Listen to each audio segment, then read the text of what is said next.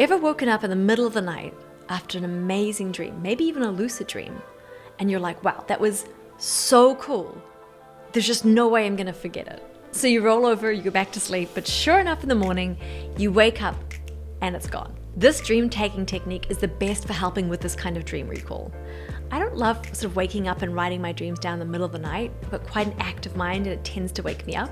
So I learned to do this instead. I tag my dreams. What does this mean? Well, first, don't forget to stay in touch and subscribe to the channel. And dream tagging is a really simple 3-step process, and you can use it for those middle of the night dreams, but also for the early morning. It just helps improve dream recall as a whole. And how it works is like this. Number 1, when you wake up from the dream, do not move. Stay still. Try keep the physical position that you were having the dream in. There's some kind of attachment with the dream and the body, so just kind of stay in one position and marinate in the dream. This is your chance when it's still fresh to kind of go over the details, see how much you can remember, but especially get the feeling of the dream. What did it feel like?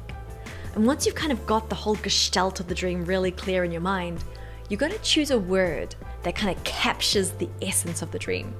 So for instance, if you were having an unbelievable dream where you were in these kinds of flying pirate ships in the air and in some adventure, you might say airship or pirate, whatever word is most strongly connotative of the experience you're having. Now you're going to say that word in your mind while imagining the dream. Airship, airship, airship. So you're tagging the dream experience with the word. And the idea is you're kind of like packing the whole dream down into the word so that all you have to remember is the word in order to unpack the other dream on the other end. So now once you've got that word, you can just kind of repeat it to yourself without having to kind of attach the memory. Just say, okay, airship, airship. And then an extra step, if you want to, which I think is super helpful, is you're then going to add a tag of something you're going to see when you wake up. So think about what the first things are when you wake up. Some people reach for their phone.